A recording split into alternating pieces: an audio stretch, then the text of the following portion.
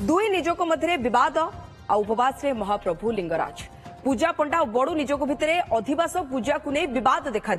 मत पार्थक्य बंद रही महाप्रभु समस्त नीतिकांति मंगल आलती परठू प्रभुंर सबु नीतिकांति बंद रही सूचना मिली दर्शन जारी रही भी अभड़ा न पाई निराश होती श्रद्धालु सूचना मुताबक आज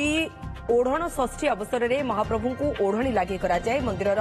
विधि अनुसार प्रथम अधिवास पूजा पर ओढ़णी बा घोड़ लागू समेत अन्य नीतिकांति हेबा कथा नीतिकांति पूजा पंडा निजोग और बड़ू निजोग मिलित भाव करए तेज गत 2 वर्ष धरी अधिवास पूजा न होई भी प्रशासन हस्तक्षेप जो नीतिकांति श्रृंखलित होता मात्र चलित वर्ष अधिवास पूजा को नहीं पुणी पूजा पंडा निजोग जीत धरता सूचना मिली जो आज मंगल आरती परठारू लिंगराजकर सबू नीतिकांति बंद रही अंपक्षे महाप्रभुंर नीतिकांति बंद पर मंदिर प्रशासन को दायी कर पूजा पंडा निजोग तेज एने प्रशासन पक्षर प्रतिक्रिया मिल पारना अर्चना शतपथी प्रतिनिधि आम सहित जोड़ी होती अर्चना प्रथम आगे मत कहतु जे महाप्रभु लिंगराज पाखरे भोग लगे हेलानी तो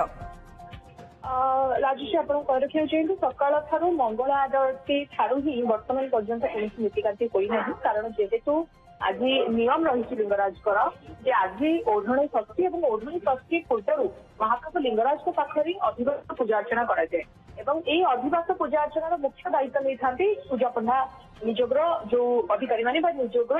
तरफ अधिवास पूजा अर्चना कर बड़ कथा हूँ बड़ू निजोग बारण और पूजा पंडा निजोग उभय निजोग मध्य मत पार्थक्य मत पार्थक्य को लेकिन अधिवास पूजा होना संगे संगे ओढ़ण शक्ति हेबना द्वंद्व लगी रही आपड़ी 2021 पर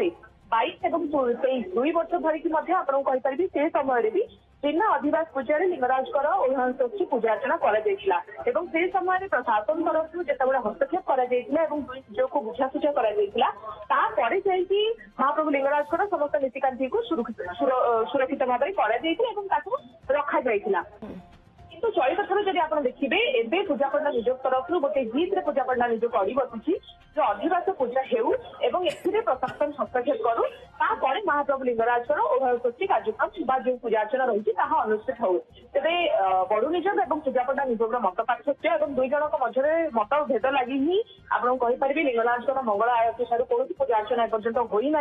अर्थात महाप्रभु गतकाली राति ठार ही शोती एपर्यंत चेई ना एवं महाप्रभु को जो मैंने दर्शन करने आसी लिंगराज मंदिर साहाण मेला खोला रही साहाण मेला श्रद्धालु मैंने दर्शन कर सत किंतु अभड़ा न पाई निराश होकर जाऊँगी जदि आमे देखिबा दुई निजोग भितर विवाद हैला आ द्वंद्व एमिति हैला जे ताकू तुटाई पारु नाहंती दुई निजोग निज निज भितरे ताहाले मंदिर प्रशासन इंटरफेयर कलानी ना नहीं देखो बर्तमान पर्यंत मंदिर प्रशासन तरफ कौन भी हस्तक्षेप कर आपको कही रखा चाहिए 2019 मसीह समाल स्थिति उपजी 2019 मसीह मंदिर प्रशासन हस्तक्षेप करने 20, 21, 22 3 वर्ष धरी बिना अधिवास पूजा महाप्रभु लिंगराजकर समस्त नीतिकांति कर अर्थात ओढ़ण षष्ठी जो कार्यक्रम रही है जो पूजा अर्चना रही है कि 2024 पुणी थे पूजा पंडा निज जीत अड़ी बसी कारण जहाँ पूजा पंडा निजोग सूचना रही कहवा कथा हूँ मंदिर प्रशासन से आश्वासन देता जे 2024 महाप्रभुंर अधिवास पूजा अर्चना हेबो जेहेतु मंदिर प्रशासन ए पर्यंत हस्तक्षेप करना महाप्रभु लिंगराजकर जो नीतिकांति रही भग्न कर गुरुत्व देना